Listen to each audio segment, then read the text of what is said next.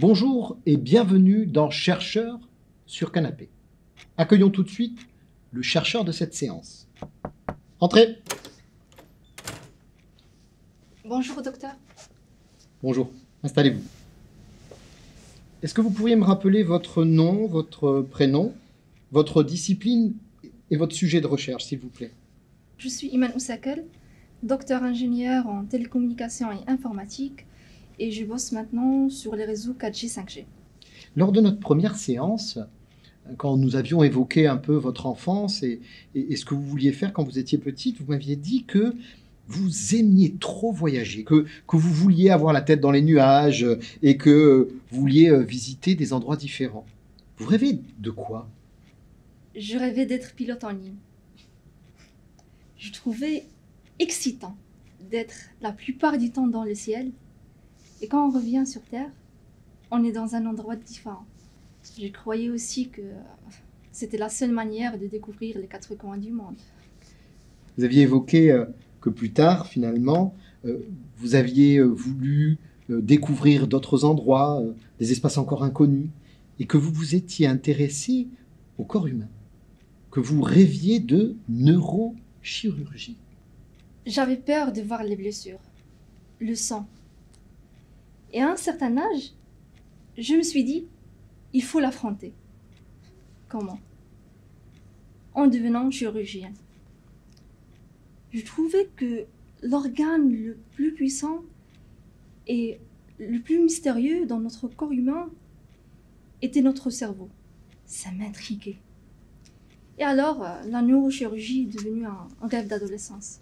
Mais alors, comment êtes-vous tombé dans la recherche? Comment êtes-vous arrivé à la 4G, 5G? J'étais toujours dans la recherche. C'est juste qu'il y avait un changement de voie. Disons que c'est le destin qui a joué là-dessus. En fait, j'étais forte en maths, physique et sciences de vie, mais nulle en géologie.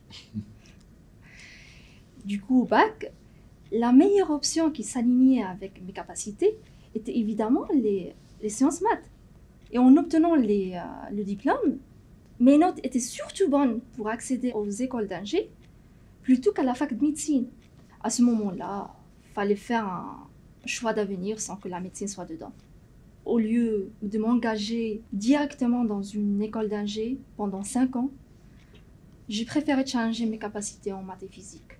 Et en même temps, j'aurai 2 ans pour peut-être découvrir une science qui me passionna. J'ai intégré alors les classes prépa.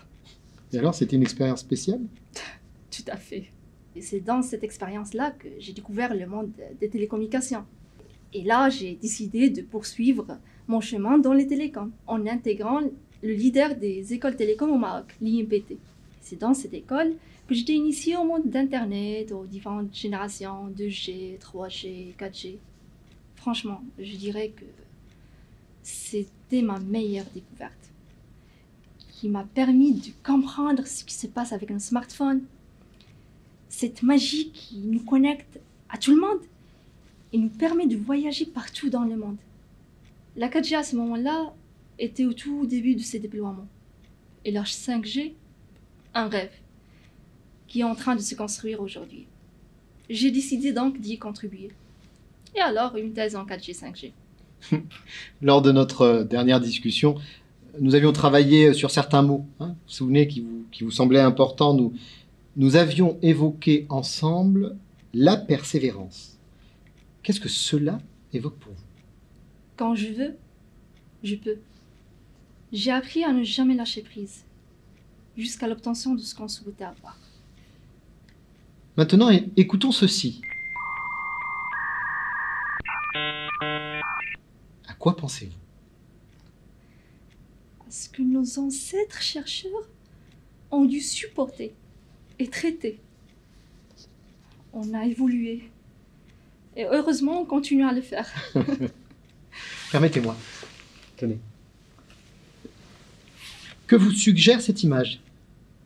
On dirait des bâtiments et c'est à moi de trouver le point le plus stratégique pour installer une station 5G. Je rigole. Ça me donne trop envie d'être dedans, de bouffer tous ces livres tout en dégustant les nouvelles idées de chaque écrivain, le fruit concentré de son expérience et parfois de son imagination. Merci.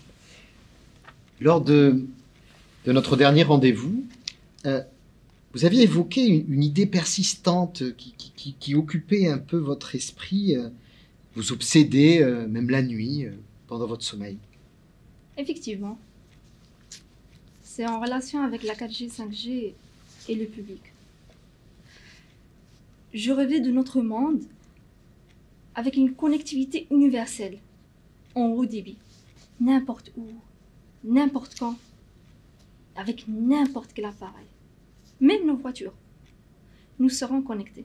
Mais pour arriver à cela, bien à ce stade très avancé, plusieurs problématiques se manifestaient.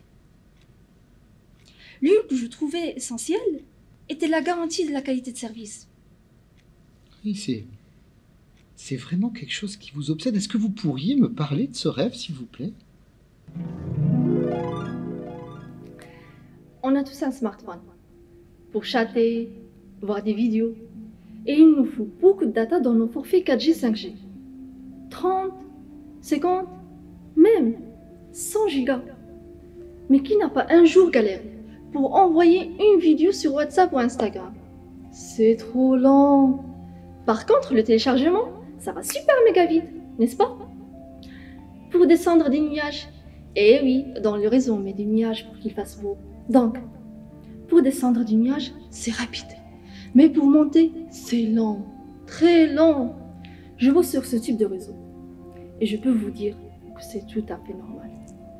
Les réseaux 4G déployés actuellement sont conçus pour envoyer de grosses quantités de données.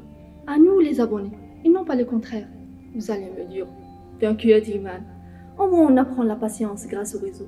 Mais projetons-nous dans le futur, où votre voiture sera connectée et un peu plus autonome. Elle ne doit pas seulement recevoir des informations, elle doit d'abord en envoyer. Beaucoup, rapidement, sa position, sa vitesse, l'état de conducteur, s'il fait un malaise, s'il roule à contresens. Si c'est pas envoyé assez vite, c'est la cata. Paf! Accident. Il peut y avoir des morts, des blessés. C'est pour cela que je l'ai prise comme problématique de thèse. Comment garantir la bonne qualité de service aux abonnés quand ils envoient leurs différentes données au réseau? Au cours de mes recherches, j'ai trouvé que la meilleure solution serait d'avoir un système qui estime la taille des données qui seront envoyées par chaque abonné. Ceci dit, il faut être soit voyant, soit intelligent. Et vu que j'ai cassé ma boule de cristal, je suis tournée vers l'intelligence artificielle, le machine learning en particulier, qui rend une machine capable d'apprendre et faire des estimations dans le futur via des algorithmes et des mesures. Oh, j'ai dit des mesures. Mais le réseau 4G est assez complexe. Il comporte beaucoup de composants. Où peut-on faire ces mesures? Moi, je les ai faites au niveau du premier composant qui reçoit vos données comme un signal. Ces grosses antennes au-dessus des toits des hauts bâtiments autour de vous.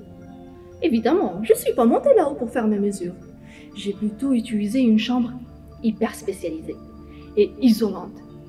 J'ai déployé à l'intérieur un réseau 4G miniaturisé. J'ai créé des scénarios pour reproduire le réel.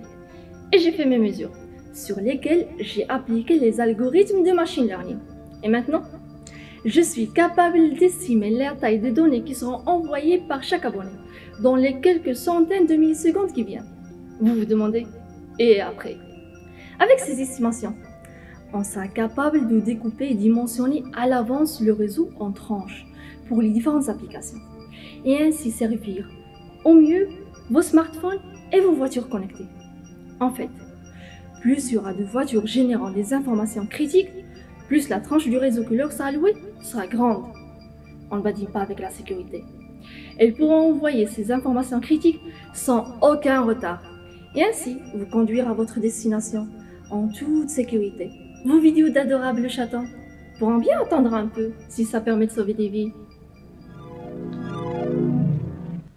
Que pensez-vous, docteur? Je crois qu'il faut continuer à chercher.